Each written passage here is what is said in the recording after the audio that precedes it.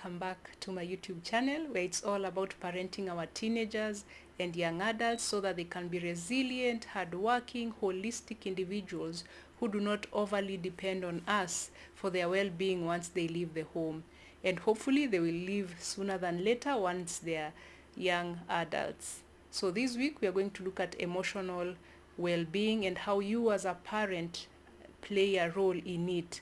We look at the challenge that is there, how sometimes you contribute to the challenge, and what you can do to help your teenager in their overall emotional well-being. And even as we begin, I'd like to ask us to subscribe so that this information can get to more parents as it gets more visibility. Let's begin. So now, what is emotional well-being? Now, this is the ability of your teenager to understand their feelings and emotions, to be able to express it, and to manage emotions as they live their life. And already in that definition, some of us, we already have a challenge with our teenagers in terms of this. They can be overly sad, overly angry, and they respond in ways that are not so nice or pleasing to us. And that is where you as a parent need to come in and help them to learn how to regulate their emotions. But first, let us look at the challenge that they have in terms of managing, in terms of the emotional well-being for this teenager. One, they have difficulty expressing their emotions clearly. And sometimes they do not have words to express what they are feeling and what they're experiencing. And sometimes I get it in the counseling room, and that's why I usually carry along feelings chart that will be able to, and explaining each feeling so that this teenager can find words to express. And sometimes we even use images to help them to put a picture or a mental image of the emotion that they are having that they cannot express in words. And that is a challenge that they are having. And so if they are not able to express that emotion, then they are not really able to deal or handle with it. And that's where you also come in to help them with that. They also bottling up feelings to avoid conflicts. So, and this happens especially if the home environment, if the parent, you as a parent, you are overly corrective or critical of them, or they know once they say this, the home will not be peaceful. So they will end up not saying that this and this made me feel sad or angered me or something, because in their mind they are thinking somehow my parent will just find a way to make it be I am the reason of why I'm feeling what I have, what I am feeling or experiencing that right now. So that is also a point for you as a parent to start reflecting on. And the third reason would be mood swings from hormonal and developmental changes. And we know this is a period that is happening. Actually, it is said that the highest hormonal experiences or levels we'll have in our body, for girls it's between 13 to 14 for the estrogen and progesterone, and for the boys it's 17 years for the testosterone. Those are the highest level you will have during those years you had in your teenagehood period. So you can imagine how it can be for them having these emotions, and sometimes they do not understand. And as I say in my training, sometimes they do not even understand why they are still stressed, and everyone else in the home has already gotten over the situation that has or happened in the home. And when they haven't gotten over it, we tend to cause them to feel bad about it. Yet sometimes for real, they do not understand why they are still angry or worked up or sad about a certain event. So it's for us to understand that they are going through that period. And fourthly, there is the lack of coping skills for stress and disappointment. They do not have these skills to help them with this. And you know where they get these skills? From mostly you as a parent. You are the primary caregiver. You are the one to teach them how to cope with various stresses. But yet we see that a lot of our time is snatched away by our employer and the time they need us to be in the office or traveling. And so this is a call for us to find a way to work out our schedule so that we can be available, so that hopefully they see us coping with various emotions that we are going through in a healthy way, or we can be there to see them experience and go through these emotions and help them out of it, or help them and how to manage these emotions. And in a nutshell, those are the four main challenges that teenagers face in terms of their emotional well-being.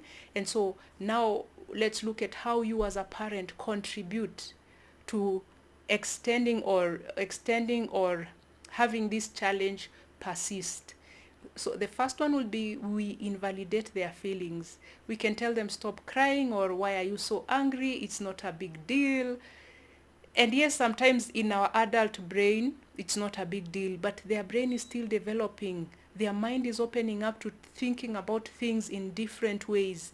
So yes, at that time, it is a big deal for them.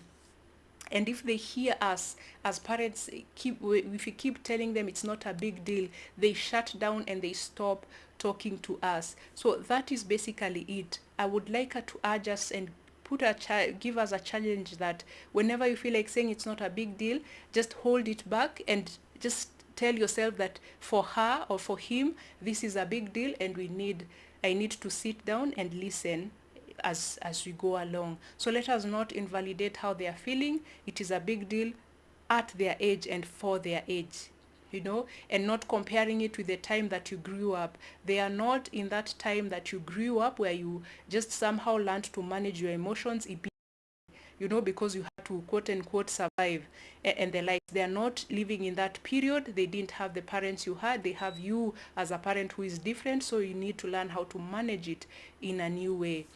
Secondly, it's ignoring signs of emotional distress. Sometimes we ignore it, whether sometimes consciously or subconsciously, where we hope that these will pass.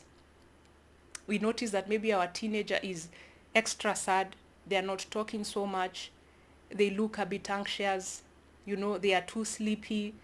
They are not interacting with people anymore. And we want to brush it off and say it is just a stage that will pass, or even them being rebellious. I can tell you for a fact, even as in psychology, the studies that we do, usually it says that rebellion for teenagers or for children, it is one of the symptoms of depression. To some extent, we can say it's a call or a cry out for help in other ways, or they do not know, as we said, how to deal with their emotions, so they just rebel in hope that they will stop feeling how they are feeling. So that aspect of, when you see these signs, let us address them. And even when you seek therapy, I would just know that it doesn't take only one session and your child is okay. It sometimes need a series of sessions so that we go deep discussing the various challenges that they are going through that might have occurred over several years. But as I say, you as the parent are the best person. If I could be told to exchange between me as a therapist and the parent to handle your teenager, I would choose you anytime. So long as you can give in the time and the work to do it, you are able to help them resolve the emotional distresses that they have. You are the best candidate actually to do it. Thirdly, it's punishing expressions of anger or sadness. They need to be respectful, yes, and they need to have consequences, yes, for not managing their emotions. Hopefully you have taught them. If not, you need to start from that point. So we need to know that yes, sometimes they will express their anger and sadness in ways that does not please us. But before you give that consequence, and hopefully you're not punishing them for that, you need to have a discussion. What is causing the anger and the sadness? Hopefully you will with time nurture that aspect that they'll feel free to talk to you about it.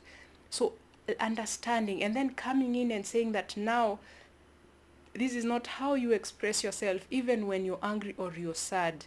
And if it's the first time or second, you can forgive. And then now you come into an agreement and say, the next time you express your anger, you throw things, you kick, you bang the door, you don't say, or you're not talking, or you click. These are the consequences that will come about.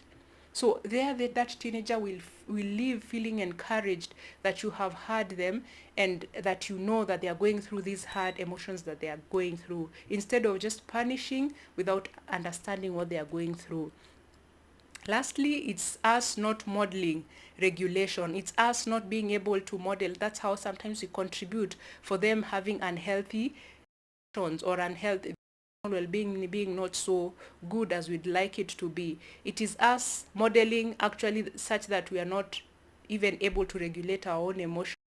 And this happens when we shout, at them, when you also burst out in anger and do various things, or also when we avoid having these conversations. You're seeing that they're going through this heavy feeling or heavy, but we assume and we tell them, let's, or you just go, or you just avoid coming home early until that season is over. That also causes them to feel that I should avoid these feelings, I should not be feeling this way, or I need to go an extra notch higher so that my parent hears me or sees that I am going through this, so let me rebel. Yeah, that is the process and thoughts that sometimes teenagers can go through in their cry for them to be seen, and because they are not emotionally well. So those are the ways we as parents we contribute in those challenges. But now let us look at how you as a parent can help in this process and help your teenager to learn how to regulate their emotions so that they can have a healthy emotional well-being.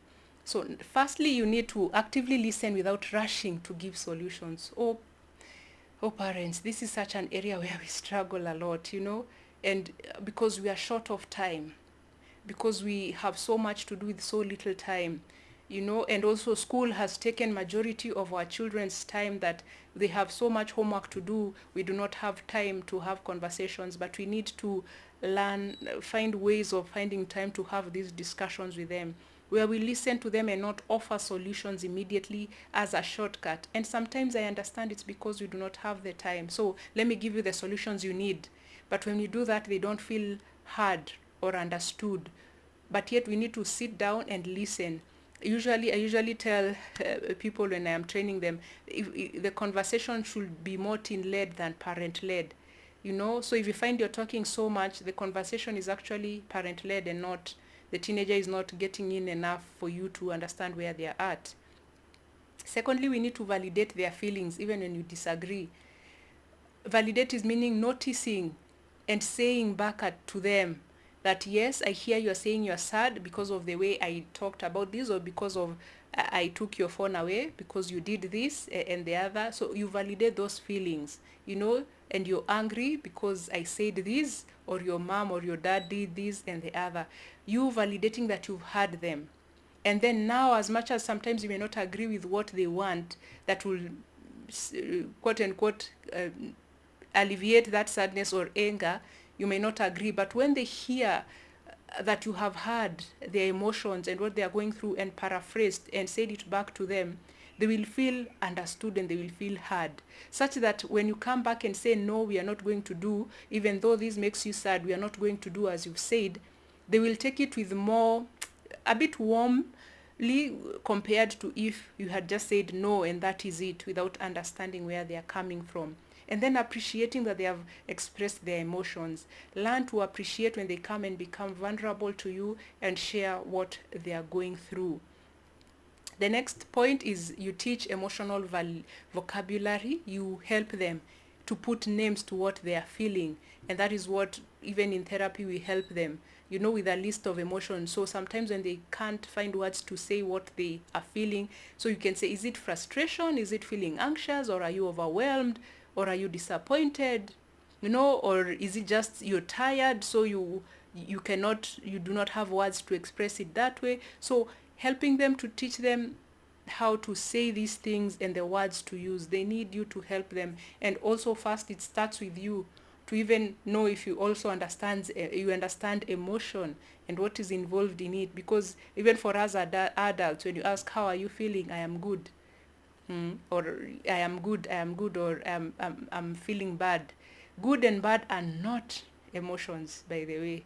They are not emotions. So what is this good? What is this bad? That is what we need to explore, and usually we explore most of the time in therapy. So if that is not an area you're well versed at, you also need to do a bit of research and soul searching and just learn these various emotions and how they come about. Or we can have a conversation with you using my contacts on the link below, on the chat below. Fourthly, you need to model healthy coping. How can they cope when they are going through various things? What can they do? One, you can be a source of that help, whereby they can come and have a conversation with you.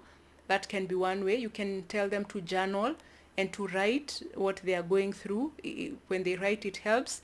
They can also learn to exercise they learn to read the word of God and prayer. You can just help them to learn these various ways. And what you suggest, my dear parent, I hope you can also try and do it so that you can have something to talk about, even as all of you try to learn how to cope, healthy ways to cope with your emotions. And lastly, you encourage open conversations about both positive and negative emotions. Just talking, like you can say, what was your most dominant emotion that you had this week? Or a positive emotion that you had. What was the negative emotion that you had this week? You can plan to do that every week at home, just having that family meeting and discussing. That can be one avenue. You can be looking at it to help in that journey of, in the process of having healthy emotional well-being in the process. And so that is it for today. I hope this will help you to help your teenager in their process of working out and helping them to have a healthy emotional well-being. If you're having challenges, you can give me a call. The information is linked below. And if you want to learn more about your teenager and even a further breakdown of how you can understand the emotional changes your teenager is going through, you can get my book at the Nuria bookshop. It's linked below, and even at the Amazon, the paperback book. The link is also below. So thank you for tuning in. I'm hoping to see you next time when we discuss how you can help your teenager even in their cognitive well-being, their thought process, and the likes. It's going to be interesting. I will see you then. Remember to subscribe.